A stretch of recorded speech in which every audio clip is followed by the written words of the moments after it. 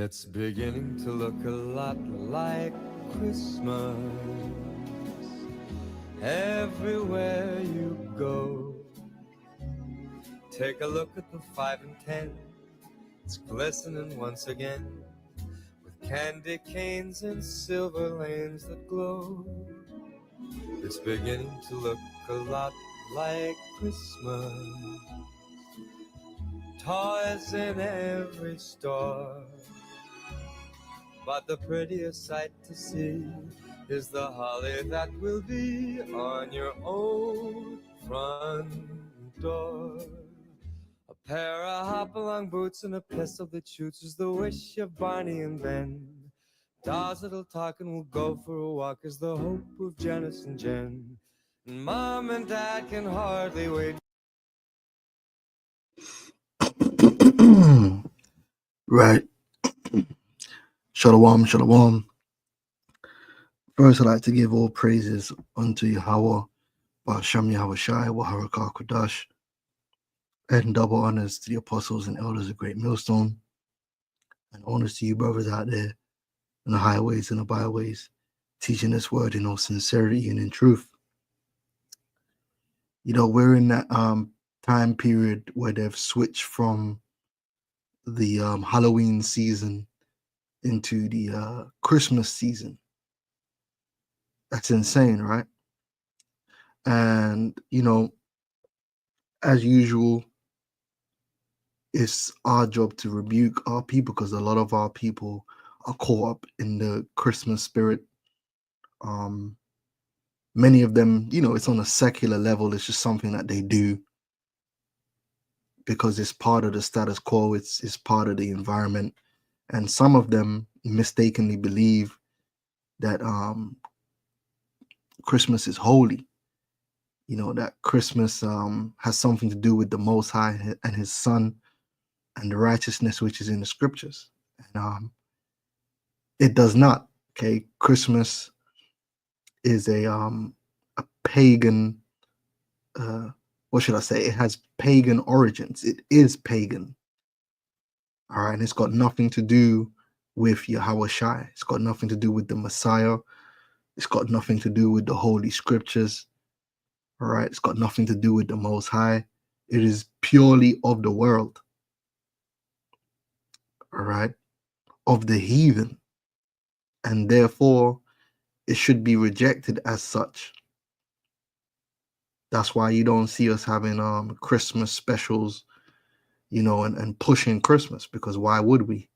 You know, we'll push the high holy days which are ordained in the scriptures. Okay.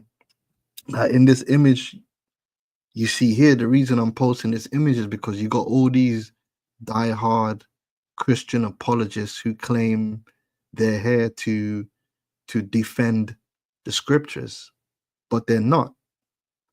At times, you know, they'll defend the scriptures, you know, like an atheist might come and they'll defend that. But overall, they're not really there to defend the scriptures. They're there to defend the status quo. And this is why they will go to bat for Christmas. And Christmas isn't there's no defense for Christmas. And who do you see here? You see Vocab Malone in the back. You got the psychopath. I forgot the dude's name. He's actually a known psychopath, the one that murdered his dad. And then you got this guy in the front, and he's wearing a jumper that boldly proclaims that Christmas is not pagan, which is a lie. But they're happy, you know, David Wood. Yeah, that's his name, David Wood. And he's the guy that wore a dress. You know, he wore a dress to prove that the law don't matter. Like, why would you do that? If in the Bible it tells you not to do something, why would you tempt the Lord by doing it, even though you know the Lord doesn't condone that kind of behavior? It's just tempting the Lord. Dude wore a dress, but listen, you don't need to do much to get an Edomite to wear a dress. They're that way inclined. Yeah, but you see him boldly see on, if I boost the image, And none of these guys ain't gonna say nothing to him because all these guys believe in Christmas and they're gonna make excuses for why they celebrate Christmas, despite the facts, because they're not about facts. And this is why there's no point debating these people, because these people are not here for truth. They're here for the status quo. Where is it? Status quo. Right? The status quo is the existing state of affairs. This is what they're defending, and they don't really care what the scriptures have to say. They will twist, they will do whatever they have to do to support the status quo. That is what Vocab Malone is doing. So with the Hebrew Israelites, it doesn't matter if we prove anything out of the scriptures, because he doesn't care what the scriptures has to say. We are not in line with the status quo, so therefore we are wrong, and he will do whatever it takes to make us wrong. He will lie, he will deceive, he will make mockery, and that's just what it is. So there's no point shaking this man's hand or debating him, because he's not sincere about the truth. He doesn't care about the scriptures. The scriptures just so happen to be a loose part of his status quo, and as much as it supports him, he's down with it. All right, these are not real people. These are just NPCs for Satan. Okay. That being said, let's get into this Christmas thing. The first scripture I really want to bring, because obviously you grow up in the West, or you grow up, you've Christmas is a part of your life, you know. You probably have a lot of happy memories. You got a lot of gifts. The scripture says a gift destroyeth the heart. So from a child, you're surrounded by a lot of niceties involving Christmas. You're surrounded by family. People may be happy. There's a lot of cartoons, a lot of movies, and it reinforces Christmas in your mind as something good. So it's difficult when you become an adult to understand that actually Christmas isn't good. It goes against your upbringing. It goes against what's been rooted in you. All right. The Bible posted the scriptures, Leviticus 20 and 23, and ye shall not walk in the manners of the nations which are cast out before you, for they committed all these things, and therefore I abhorred them. Yeah, Christmas is a pagan ritual, regardless of the fact of whether you receive gifts, or whether the fact that you enjoy the movies or you enjoy the food. That doesn't negate what it is. All right. This is Romans 12 and 1. I beseech you, therefore, brethren, by the mercies of God, that ye present your bodies a living sacrifice, holy, acceptable unto God, which is your reasonable service. And be not conformed to this world. Because you can imagine growing up in Rome from a child, you would be indoctrinated and conformed into many festivals and festivities, and you loved these festivals and these festivities. How many, if you were to just, even people that don't even believe in the Bible, and you were to say to them, do you love Christmas? They'll say yes. Why would they love Christmas? Again, because the parties, the food, the gifts, the niceties.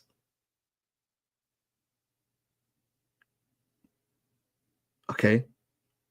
The memory, the so-called good memories that you might have, that allows you to conform. But the Bible tells you, be not conformed to this world. Right? You got people, not me, because and that doesn't make me better than anyone else. I'm just saying that I don't have no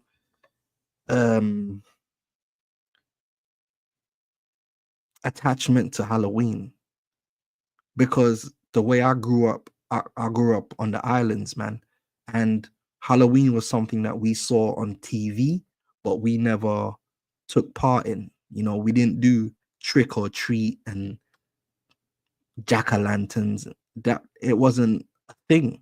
So you can imagine that as an adult, if you tell me Halloween is this, that, and the other, I'm gonna accept that because Halloween doesn't mean anything to me.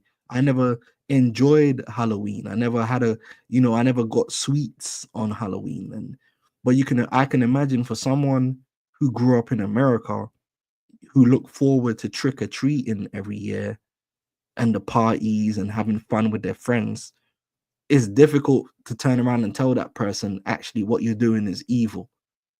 And this is where you have to have respect for the word of Yahweh Shem Yahushai over your own feelings. And that's why the scripture says, let me get another scripture real quick.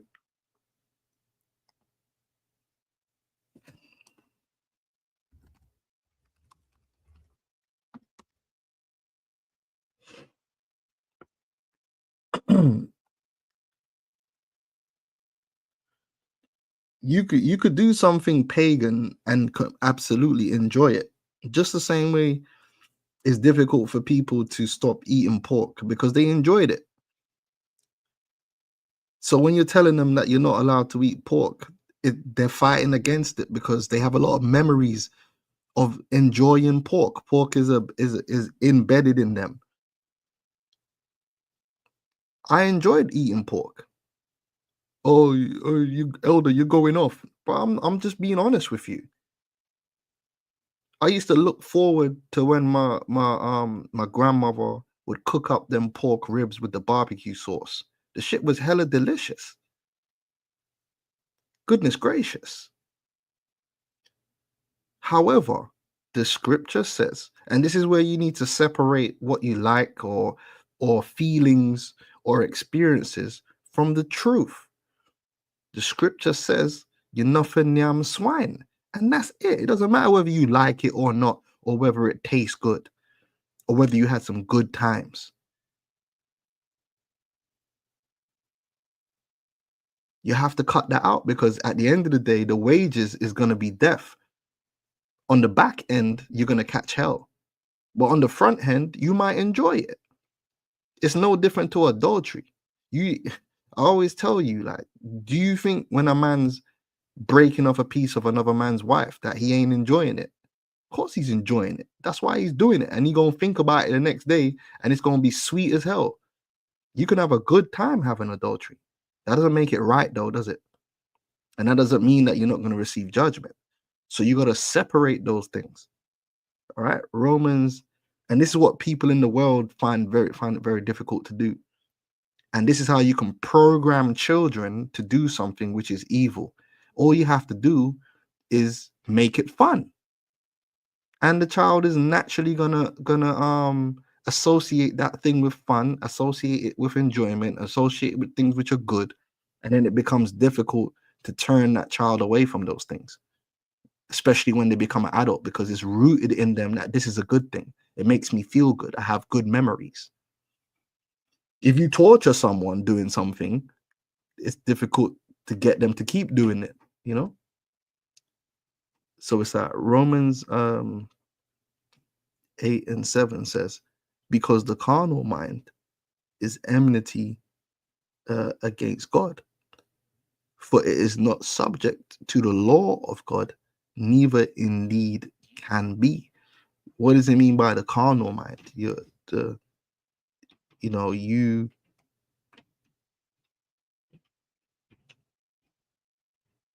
What it's talking about is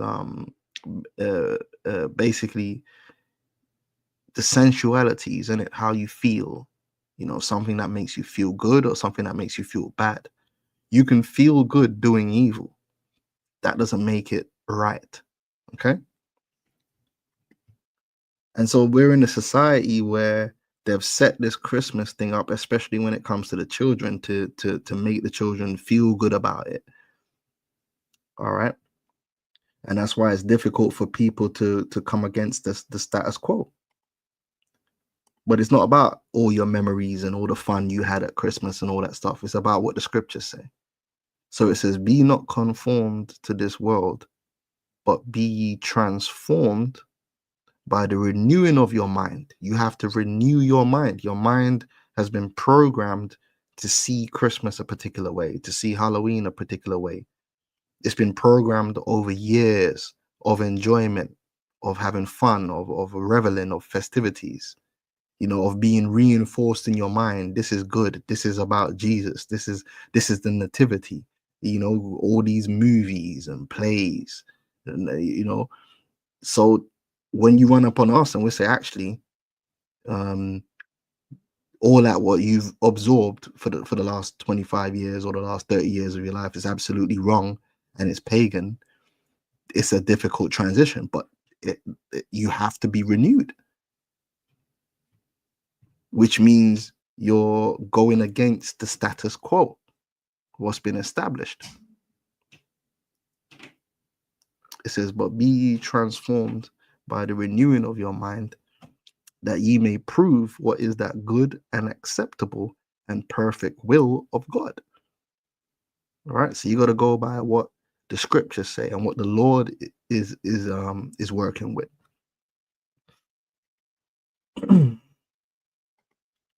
All right, so let's get rid of this. Not unlike these dudes, you can't convince these dudes to stop eating pork. You can't convince these dudes that Christmas is pagan. Even if they know it's pagan, they'll still do it because they enjoy it, and they don't see that there's going to be a ramification for their actions because they don't fear the Lord. All right, these dudes are just demons.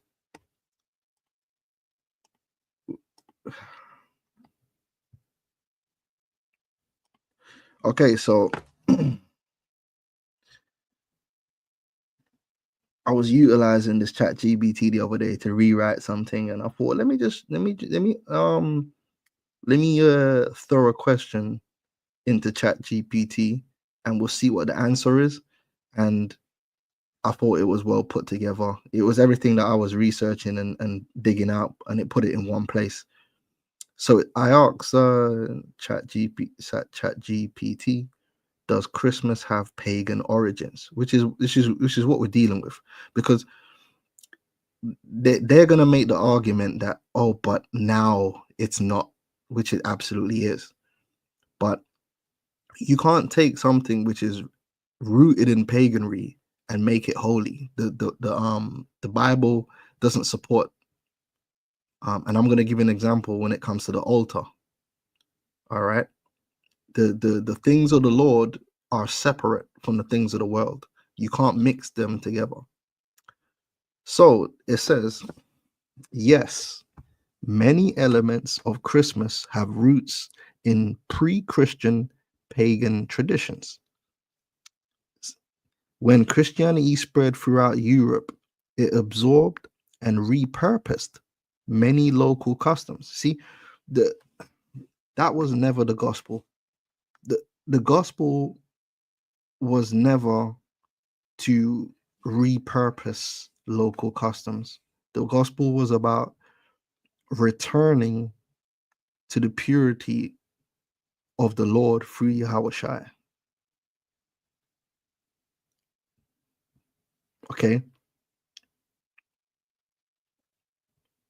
The brother posted the scripture there. Let me read that. Isaiah 5:20.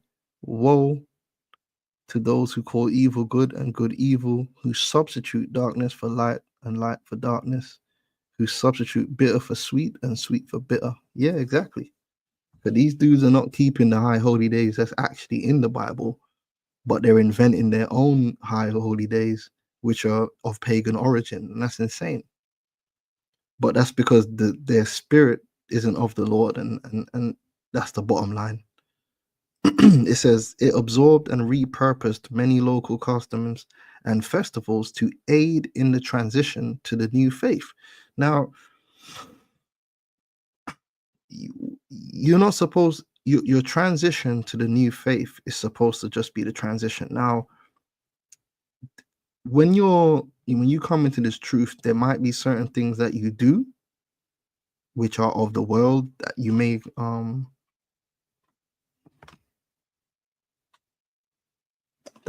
continue to do um, through habit, and over the process of time through the Spirit, you shed those things and become more holy. You become more like Yahweh Shai, because that's what this truth is all about, becoming like Yahweh Shai. You can read that in Ephesians, the 4th chapter, the perfecting of the saints. The saints being perfecting is becoming more like Yahweh Shai, meaning perfect when it comes to these scriptures. Now, obviously, if you got a guy that's been pagan his whole life and he comes into the truth, you're not going to expect some crazy transformation overnight. And that's where you had the whole thing with Peter, and he told them, look, okay, listen, just don't drink blood, don't worship idols,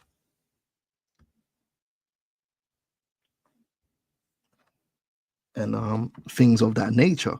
So there's certain basic things that you're gonna do, and then you grow from there. What the scriptures is not condoning to do is, oh, but yeah, see, the pagan things that you do already, you can kind of twist them and incorporate them into the doctrine. No, that's not what you do.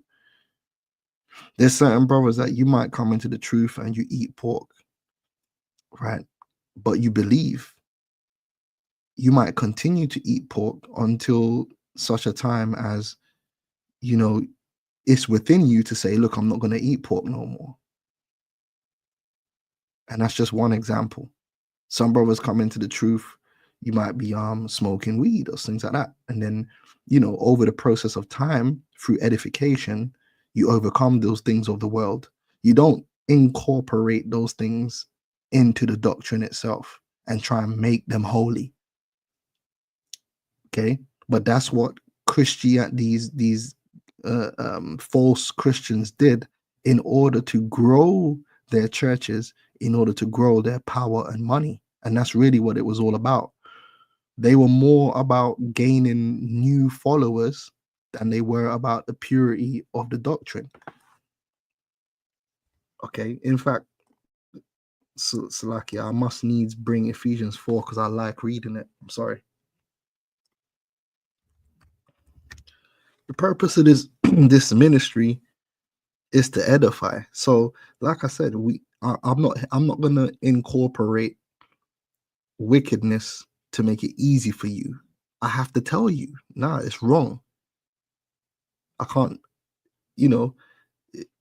listen, Ephesians 4:11, it says, and he gave some apostles and some prophets and some evangelists and some pastors and teachers for the perfecting of the saints, for the work of the ministry, for the edifying of the body of Hamashiach, the edifying, to be built up, till we all come in the unity of the faith and of the knowledge of the Son of God, unto a perfect man, and unto the measure of the stature of the fullness of Hamashiach.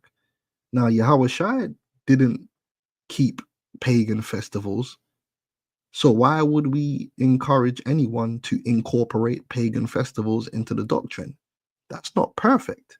But this is what happened when it comes to false Christianity. And this wasn't happening during the time of the apostles, by the way. These things began to happen way after the apostles had died, where you had these wicked Negroes that came into the faith, as it was said, to trouble the flock, to co-opt the ministry for their own means. All right, so it says it absorbed and repurposed many local customs and festivals to aid in the transition to the new faith. Here is a closer look at the connections between Christmas and pagan traditions. So that's a good scripture. The brother posted 1 John 2:6.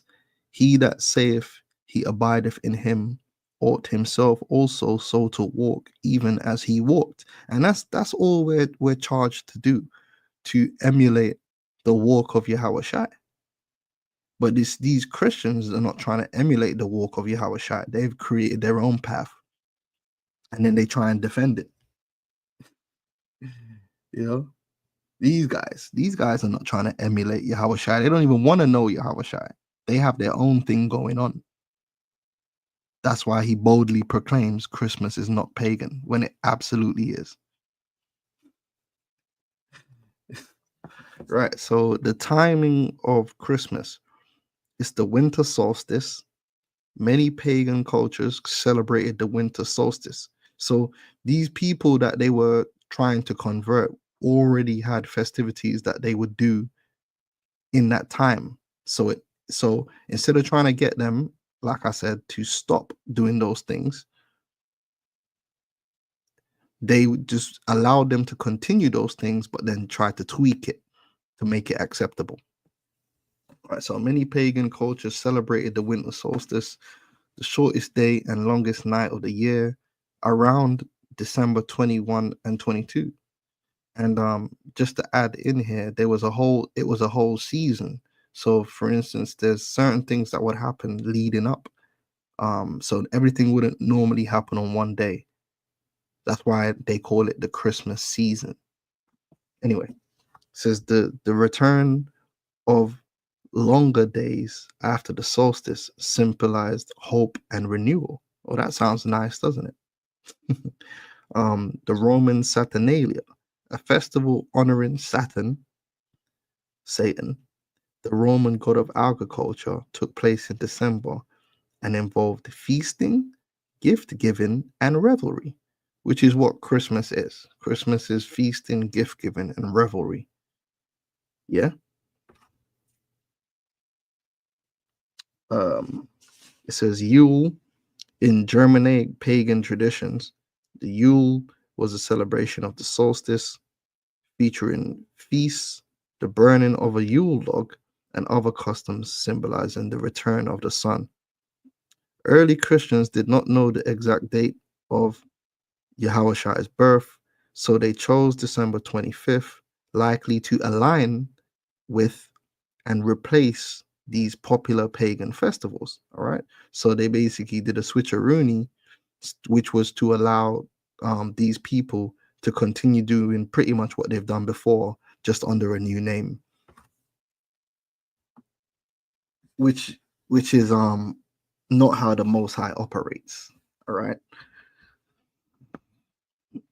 All right. Symbols and pagan roots. The Christmas tree. All right. So evergreen trees were significant in many pagan traditions, symbolizing life and resilience during winter. Germanic tribes decorated trees as part of their Yule celebrations. And there's no greater symbol of Christmas than the Christmas tree, especially in the West. Why is that? Yeah, but Christmas is not pagan. This guy's an idiot. There's no greater symbol of Christmas. You go to any town center right now, any town, it's Christmas trees everywhere. Like where I live, my daughter was just pointing out to me today. Oh, look, a Christmas tree. You can't escape it. The Christmas tree, like you brothers know, man. Come on, I'm pretty sure in your local town center there's a Christmas tree, unless you're living in Syria, unless you're living in Gaza. Like, there's gonna be a Christmas tree right now. There's Christmas lights up everywhere, tinsel, the whole 9 yards. Okay, so that's pagan. It says holly, ivy, and mistletoe. All right, and you see what happens with the mistletoe. You have to kiss somebody, right? Yeah. Yeah, boy. It says holly, ivy, and mistletoe. These plants, Shalom Zakwan, Yahweh Waharakakadas Brakatah, see you. These plants were were sacred in various pagan rituals.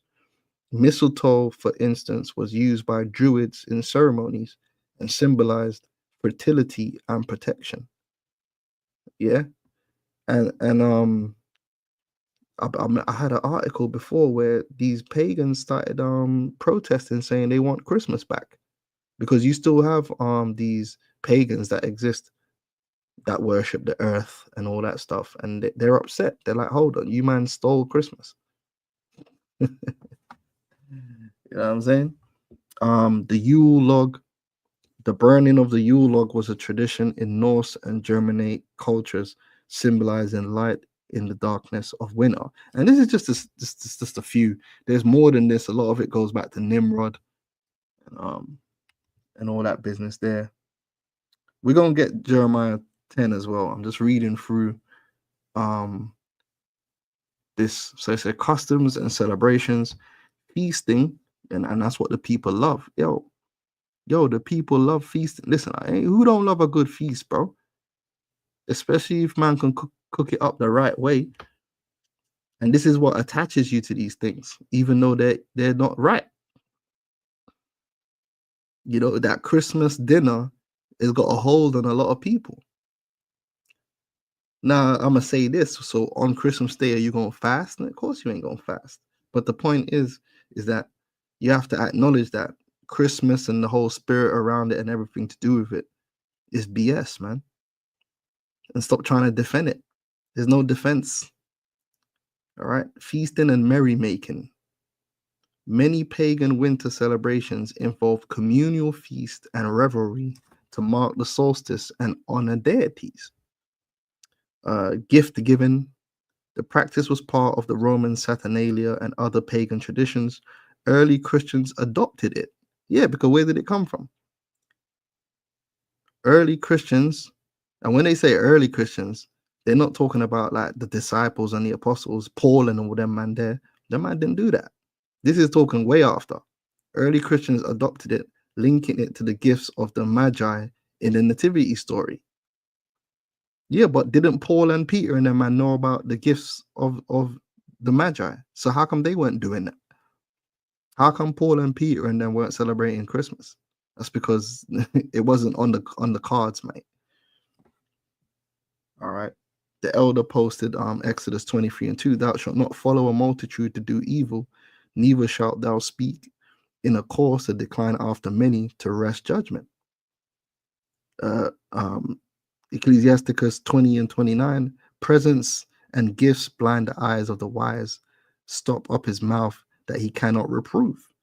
Yeah, like I said, years and years of receiving gifts at Christmas, and now you'd have to defend it. Nah, we ain't gonna do that. Christian adaptation. So the early church leaders, these false Christians, incorporated these customs into Christian celebrations to make the faith more appealing to converts. And so this is this idea. This is, first of all, the truth. We don't have to make this truth appealing, more appealing. You see, when man are selling a t-shirt, yeah, but the man are like merchandising, yeah, you got to do the most to entice the punters to buy in it. But you see, this truth, the truth is supposed to sell itself. You ain't supposed to have to dress it up and make it more palatable and make, no, the truth is supposed to sell itself. And this is the difference between someone that's trying to make merchandise and someone that's actually in the spirit. Because the truth of the matter is, the scripture says, sanctify them through thy truth, thy word is truth. If you speak this word in holiness the way it's supposed to be done, the elect are going to receive it, they're going to believe, and they're going to be delivered. Because this truth is a sweet savor. We've read that. To some it's unto life, to some it's unto death. You can't change that. What these Christians were doing was they were trying to market the ministry in order to gain as many followers as possible so they can make as much money as possible. That filthy lucre. So they started with feigned words. They started bringing in damnable heresies, as the scriptures say in Peter's. They start changing up the scriptures to make it more acceptable to the masses, when that's not what this truth was supposed to be about. It's not about making the truth acceptable to the masses.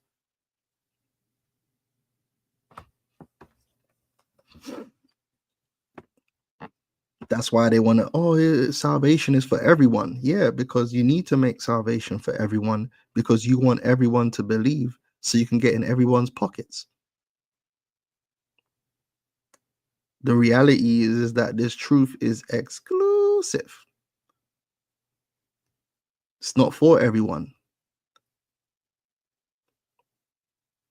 You know what I'm saying?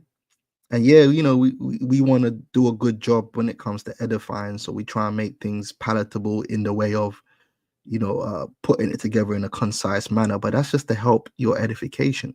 What I'm not going to do is change up the scriptures for your sake. And that's not going to happen like that. It's either you're down with the truth or you're not. I'm not going to try and make it fun for you. If you think this video is boring right now, you're not being edified and you ain't learning nothing, well, you know what you could do? You can turn off the video. That's your business. Anyway, it says the early church leaders incorporated these customs into Christian celebrations to make the faith more appealing to converts by reinterpreting pagan symbols and rituals in a Christian context. So they took all this paganry and try and twist it to have something to do with holiness. They created a seamless transition from pagan festivals to Christian holy days. And this is why the Christian holy days are not found in the Bible. Yeah, but Easter's in the Bible. No, it's not.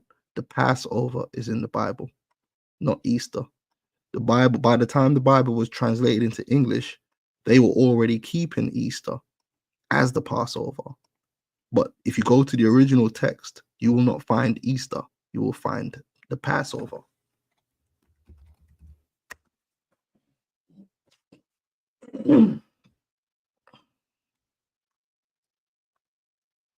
Just like you don't see the worship of saints in the scriptures, man. All that Catholicism. To Acts 12:4. And when he had apprehended him, he put him in prison and delivered him to the 4 quaternions of soldiers to keep him, intending after Easter to bring him forth to the people. Oh, see, it says Easter. So Easter is in the Bible. No, it's not. The word there in the Greek is Pascha, which is the Passover, the Pesach. Yeah. Pascha. Strong's G 3957. Pascha. Right. Which is the Paschal sacrifice. Yeah. The Paschal feast, the feast of the Passover. All right. So Easter with the Easter bunnies and all this madness that man are dealing with is not in the scriptures. All right. The Lord died and resurrected during the Passover. And he was born during the Passover too. All right. Which is in the spring. Because he is the lamb. He was born during the lambing season, the end of the lambing season. Yeah, when the lambs were being born, were set up. The spring lambs.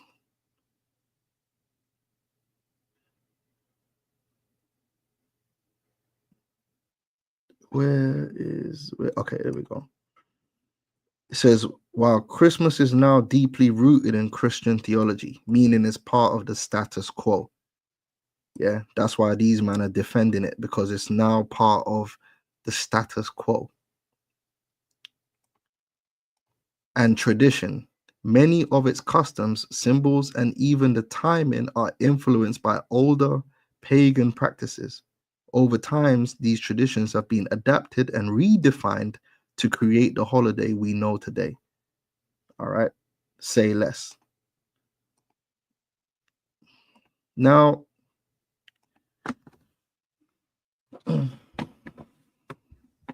this is 2 Corinthians 6:17. It says, "Wherefore come out from among them and be ye separate, saith the Lord, and touch not the unclean thing, and I will receive you."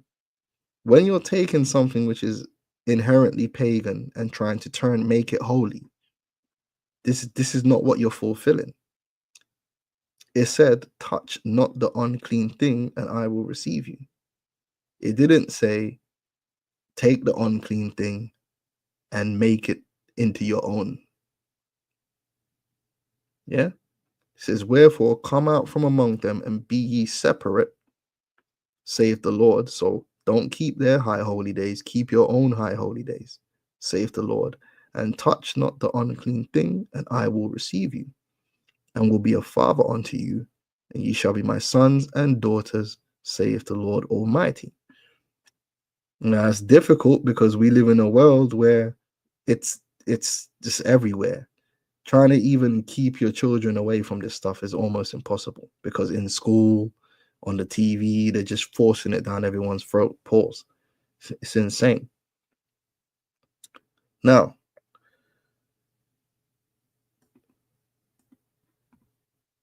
all right, let me make this point real quick, just to give you an example of how real. What is it?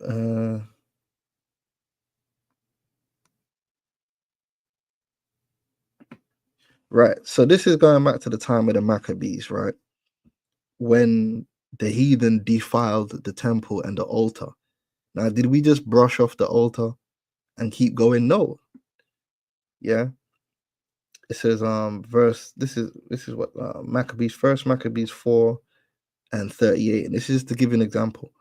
"And when they saw the sanctuary desolate and the altar profaned," so they profaned the altar, "and the gates burned up, and the shrubs growing in the court as in a forest, or in one of the mountains, yea, the priest's chambers pulled down, they rent their clothes and made great lamentation, and cast ashes upon their heads." All right. So what did they end up doing? It says, "Then Judas appointed certain men to fight against those that were in the fortress until he had cleansed the sanctuary.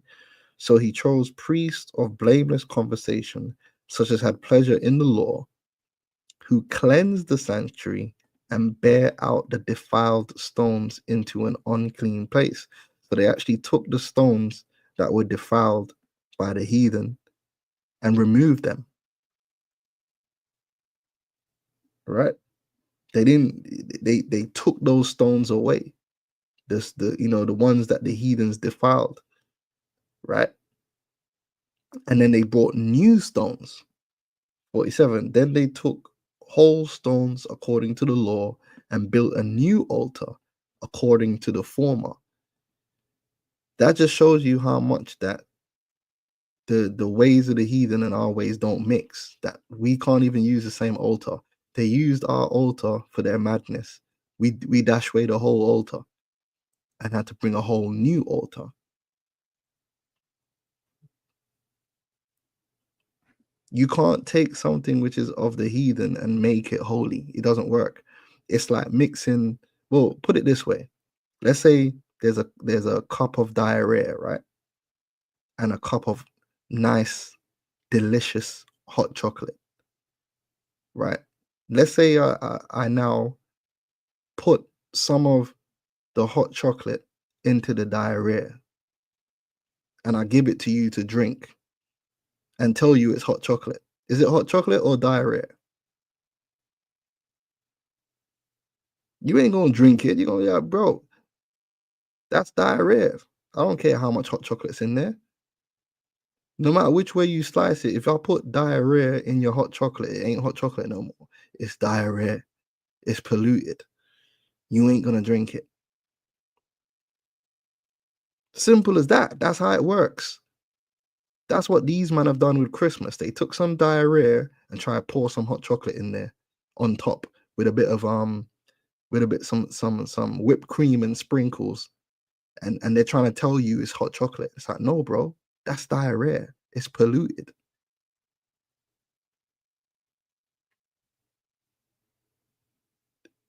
It's polluted. The Passover isn't polluted because it's pure. Christmas is polluted. It ain't got nothing to do with the scriptures. I don't care how you try and twist it. You put diarrhea in hot chocolate, it ain't hot chocolate no more. It's diarrhea to me. It's defiled. Okay? I hate to be gross, but that's kind of like how it is. You can't take something which is unholy and try and twist it around, repurpose and redefine. It doesn't work like that. Anyway, let's read this real quick. I got something else I want to bring out. This is Jeremiah 10 and 2. It says, "Thus saith the Lord, learn not the way of the heathen, and be not dismayed at the signs of heaven, for the heathen are dismayed at them." Yeah, like the winter solstice. "For the customs of the people are vain. For one cutteth a tree out of the forest, the work of the hands of the workman with the axe." That's that Christmas tree, that Yule log. "They deck it with silver and with gold. They fasten it with nails and with hammers, that it move not. They are upright as the palm tree, but speak not. They must needs be born." Right? So that goes into the Christmas tree. That goes into these idols in general, because most of these idols were carved out of wood. "Because they cannot go, be not afraid of them, for they cannot do evil, neither also is in them to do good." And by the way, the Christmas tree was a representation of Nimrod. "For as much as there is none like unto thee, O Lord, thou art great, and thy name is great in might." All right. "Who would not fear thee, O King of nations? For thee doth it appertain. For as much as among all the wise men of the nations, and in all their kingdoms, there is none like unto thee. But they are altogether brutish and foolish. The stock is a doctrine of vanities," man. And that's what Christmas is. It's a doctrine of vanities. All right. We shouldn't be, we don't promote that, and we're not going to defend it like these guys, these apologists. A bunch of demons, man. Okay. This was an interesting one. I put, you got to use the word Jesus. You know what I mean? We know the real name's Yahushua. It says Jesus was born in the spring. It says, yes, early traditions claim that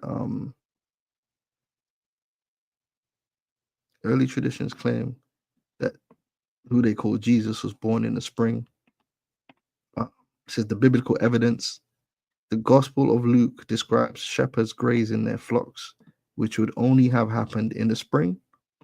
The biblical reference to shepherds tending their flocks at night when they hear the news of Yahushua's birth, Luke 2 and 8, might suggest the spring lambing season. Okay. It says, however, the Roman Catholic Church chose to celebrate Christmas on December 25th in the 4th century AD. So that's like 400 years after the fact. Some theories for this include to correspond with the winter solstice, the shortest day and the longest night of the year, to be in line with the Roman festival of Saturnalia, which was held in mid-December, to replace prior pagan celebrations focusing on the winter solstice. So, there you go. One thing I did find was interesting, just before I go, you go into the history of Christmas, and you can go and do the research yourself. Christmas was not celebrated by the early church. When they say early church, they're not meaning the apostles and the disciples and Paul and all them. It wasn't celebrated by them at all.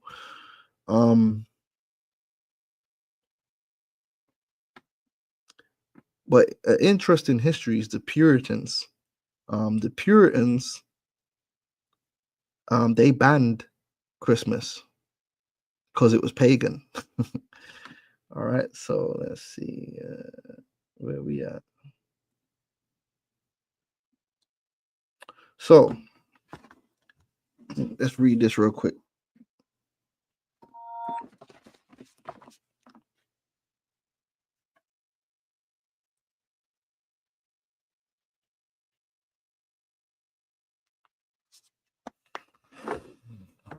Um,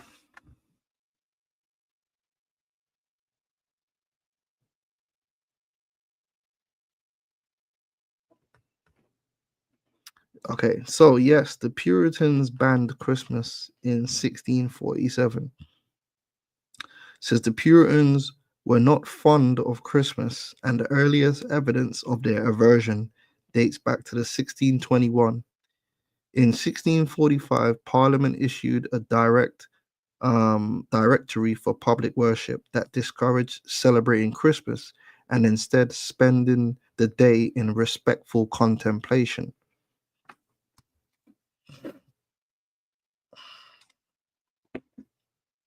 The elder just posted it was also illegal in the United States until 1870. So that was due to the Puritans that went over there as well. The water, elder.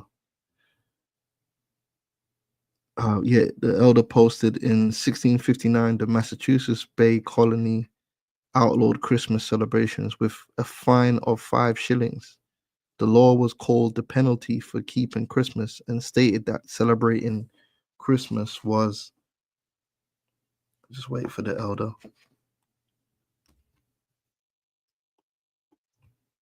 Yeah, and you see, if Trump was really about the righteousness of the Most High, Trump would outlaw um, and defund Christmas and Halloween and Easter, but he culturally Christian. And Shalom, Kabal Yahweh, Shalom. Christmas became popular in the United States in the 1800s, and it was officially declared a national holiday. See, Trump should take that back, but he ain't gonna do that. Yeah. In the 1870s, 800s, Americans' views on Christmas changed and new traditions began to emerge. German immigrants brought the tradition of placing evergreen branches and trees in their homes. Catholic immigrants brought the tradition of keeping small nativity scenes in their homes. Okay, and stated that celebrating Christmas was a great dishonor of God and offense of others. Yeah, and interestingly as well, I always wondered why there was this obsession with eating turkey at Christmas, and a lot of it just goes back to the rich, because turkeys were native to the Americas. Turkey in Europe was very expensive, so a lot of people they showed their wealth, just like chocolate originally. A lot of the wealthy Europeans they showed their wealth by eating turkey at Christmas instead of chicken, and that's where you get the whole the turkey being prized to eat at Christmas. It's because it was originally it was very expensive. Money in it, the thing go. But anyway, to water. Okay. Where was we? Right. So okay. So it says in June 1647, Parliament passed an ordinance that banned Christmas, Easter, and Whitsunday celebrations. See, so them Puritans, they had that bit right, including festivities in the home. The ban included fines for non-compliance. The ban was unpopular, and there were riots in cities such as Norwich, Bury Street, Edmund, and Ipswich on Christmas Day in 1647. People protested the ban in the streets. Yeah, of course, because, like I said, when you're used to doing something and you have those memories of the revelries and the sweet punani, it's difficult to stop doing that. All right. And that's why coming into this truth and actually changing is very difficult. But it's not impossible through the spirit of Yahweh Hashem Yahushai. All right. And writers criticized it in publications such as The World Turned Upside Down and The Vindication of Christmas. Parliament replaced Christmas with a day of fasting. They also introduced a monthly secular public holiday similar to a modern bank holiday. Mince pies were not banned. I hate mince pies. I can't stand them. I don't like the mince, man. That's just me personally. I just can't. I don't like mince pies, man. Mince pies were not banned, but they were strongly disapproved as a symbol of immoral excess of the festive season. The Puritans' hostility towards Christmas may have been less about their alleged asceticism and more about the desire to impose their will on the people of New England. Yeah, maybe right, maybe not true. I don't know, but they were right about that.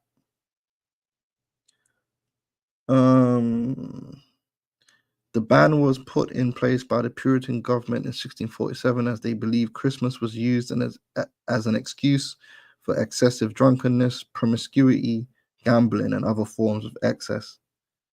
Yeah, they weren't wrong on that. And they have mince pies in America. I thought that was a UK thing. So they got you lot. They tried to force you them mince pies as well. Yeah, I don't like them, man. But that's just me personally, man. That don't make me righteous. I'm just saying I don't like mince pies, man. No, you can only stomach them maybe with some custard or something like that, some warm custard. But then why you gotta do all that?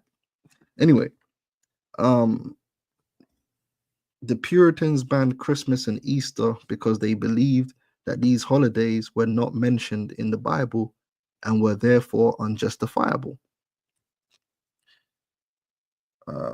The Puritans believed that the Bible did not mention Christmas or Easter and that the day of Christ's birth was not listed. They wanted to purify the Anglican Church of its Roman Catholic vestiges. There you go. It's Catholicism, man. Pagan origins. The Puritans believed that Christmas had pagan origins and that the church in Rome co-opted existing pagan celebrations to ordain the celebration of the Nativity on December 25th.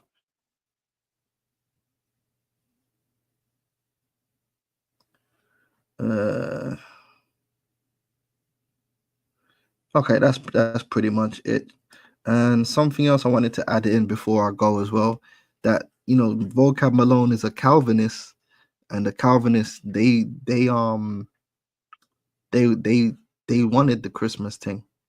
So it says some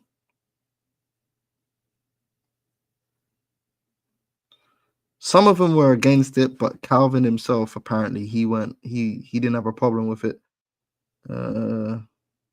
Where we at here?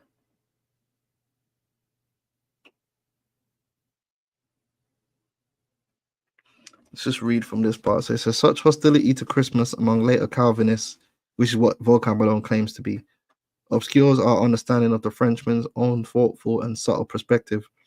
While Calvin would never have approved of the excesses and worldliness of the Christmas celebrations, so despised by Puritans and Presbyterians, he remained profoundly attached to the marking of Christ's nativity in the life of the church, and he was not alone. So they use this idea that the church should celebrate the birth of the Messiah and also venerate his death and resurrection as an excuse for why they should still celebrate Christmas and Easter, even though you already have the Passover that you're supposed to keep during the, because the Lord is our Passover, and it was never said that we should celebrate his birth. But that's Esau for you.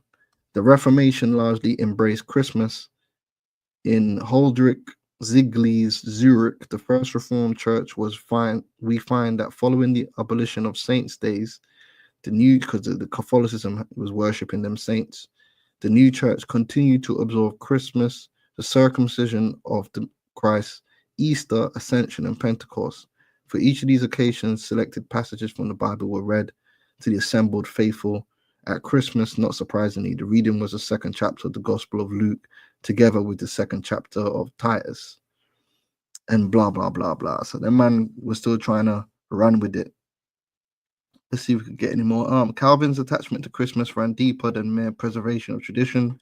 For the Frenchman, Christmas and Easter formed the two most holy days of the year, and he set aside his regular practice of preaching through the books of Bible known as the Lectio Continua to hold sermons on the Nativity and the Passion of Christ. How could they be the two most holiest days of the year when they're not holy days in the scriptures?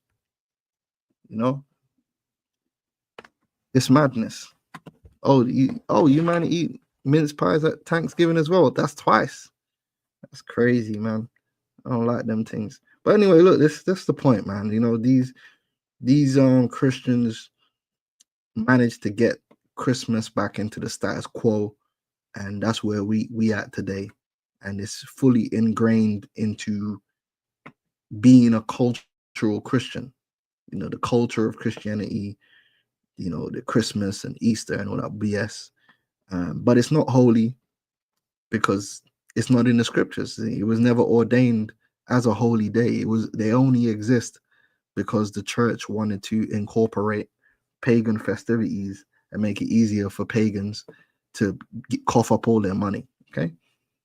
It wasn't because, you know, it was ordained by the Most High.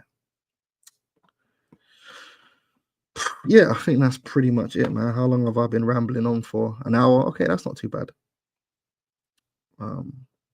But you know, hopefully this has been edifying. You know, it is what it is, man. You know, Christmas is not a holy day, and neither is Easter.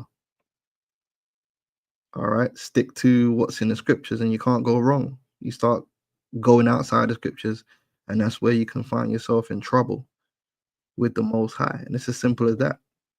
You know, these man, the apologists, yeah, they're finished, man. And that's why America is going to be destroyed, because these hypocrites, they act and pretend as if they stand for truth and they stand for the scriptures, and they're defending the gospel, when really all they're defending is the status quo. Right? That's it. You know, these man, there's nothing prolific about them. You know, and these men ain't willing to die for what they believe either, man. These men are soft. They're not even fanatical like that. You know, these are just some soft man that are finding a lane to make some money. You know what I mean? Like vocab. All right. So yes, Christmas is pagan, and that's the bottom line. So the water for the Arkham and the elders that on the comment board, you know, posting all the scriptures and the information. Thawada, as usual, man. You know, we got to do this thing together and suffer this damn season, man, until this place be destroyed. So that's say Kal Halal Yahweh Shem Yahushai, Waharakal Kadash. Double honors to the apostles and elders, a great millstone. Honors to you brothers out there in the highways and the byways, teaching this word in all sincerity and in truth. Shalom.